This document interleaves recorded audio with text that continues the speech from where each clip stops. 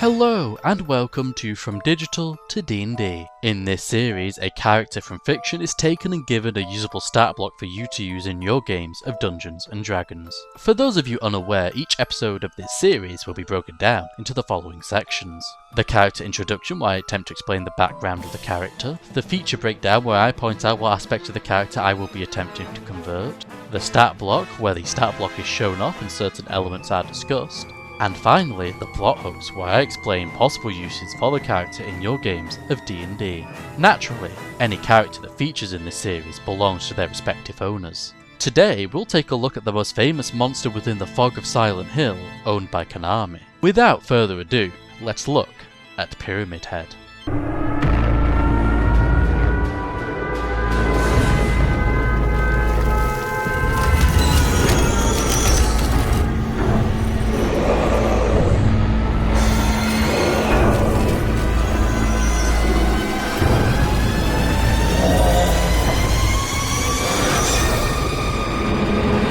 To explain the origin of Pyramid Head, I must first explain the foggy realm of Silent Hill and the story of James Sunderland. Silent Hill is a small town that hosts a horrifying entity that appears as a fog.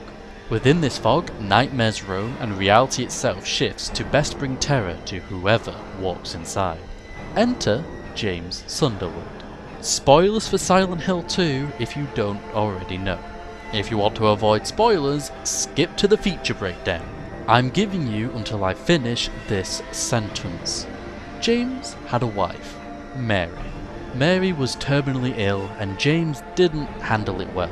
A mixture of dark emotions led James to commit unsavoury acts and culminated in him murdering his wife. The trauma and guilt of this experience was suppressed, but the guilt over what he did haunted his mind, and when he returned to Silent Hill, the fog got to work.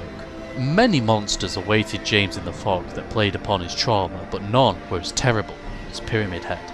Though James did not realise this for a long time, Pyramid Head was created as a result of his suppressed guilt and anger over murdering Mary. Unlike the other monsters James found in the fog, Pyramid Head was one of the few masculine ones. These traits were embodied by the monster who followed James across Silent Hill. This monster wasn't just stalking James, however. This executioner slew other monsters and performed other acts upon them. When it found James, however, it went in for the kill. James would manage to survive several encounters with this monster until he found two of them torturing a woman named Maria who looked like Mary. James finally realised the truth of what he did to Mary and why Pyramid Head existed. As James put it, he needed someone to punish him for his sins. Upon this truth, Pyramid Head was no longer needed, both monsters taking their own lives and returning to the fog. That was not the end of Pyramid Head. The fog would call upon the executioner again in the future to fulfill whatever role was needed. The legacy of Pyramid Head cannot be understated, as it has shaped the realm of Silent Hill in a way few other monsters of the fog have before. Pyramid Head is a manifestation of guilt and anger, but also a need for punishment. The metal pyramid upon him inflicts a lasting pain, causing constant groans and wheezing. Pyramid Head is not particularly fast, especially when it has to drag its great knife behind it, but its strength is vast. With a single hand, it can swing the knife and the force behind it can hurt. Later iterations have shown they are strong enough to flay a person with just one pull, but the powers granted to Pyramid Head are even more special. As an agent of the fog, it can influence the environment and create implements of torture.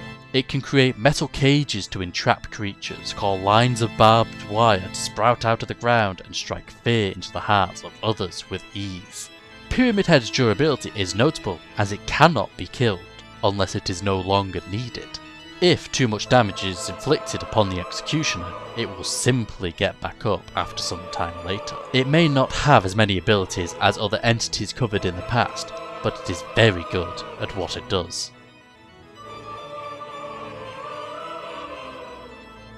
Pyramid Head is one of gaming's most iconic horror monsters. The symbolism and impact of this entity are one of the main reasons Silent Hill 2 is so beloved. I understand that Pyramid Head was meant to only be in Silent Hill 2, and I did what I could to keep that spirit. I did have to make some alterations, of course. Feel free to check the sheet out at your own pace. I've got a few areas to highlight as we go. The most important trait of Pyramid Head is Avatar of Punishment.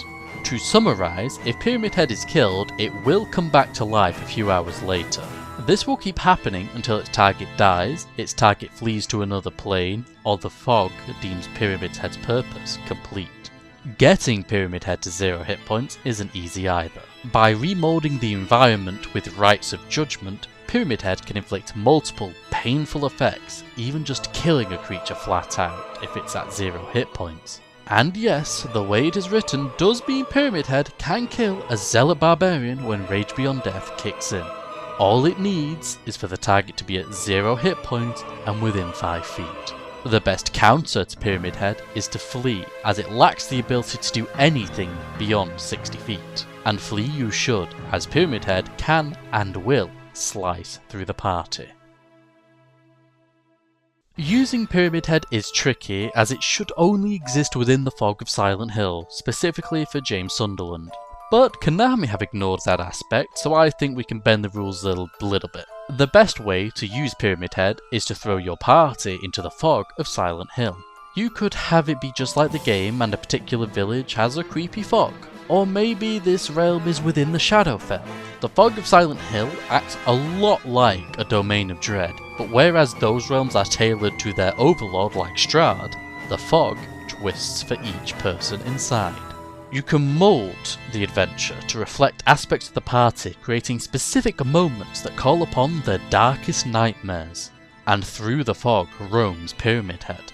Maybe the party think this monster simply wants to kill them, but as they go, they learn it follows them for another reason. Of course, it can be as simple as Pyramid Head has been tasked to slay the party. Perhaps the party are trying to collect a special item within the fog, and once they claim it, the fog sends its most trusted vessel to retrieve what was stolen. Each encounter with Pyramid Head should be tense and unnerving. And just like Silent Hill 2, you can have Pyramid Head appear a few times before the first encounter. It isn't above attacking other monsters and doing other things to them. Whilst I would caution the last part in a D&D game, murdering other monsters to show the power of Pyramid Head is fine. What I would suggest is that you don't overuse Pyramid Head and keep it within the fog. Having it appear in a random dungeon for no reason will lessen the impact. But with that, we've reached the end of today's video. Before you head off, I would like to thank you for watching, and I hope you managed to get something out of this. The stat block for Pyramid Head is available on D&D Beyond for free, and the link to it is in the description.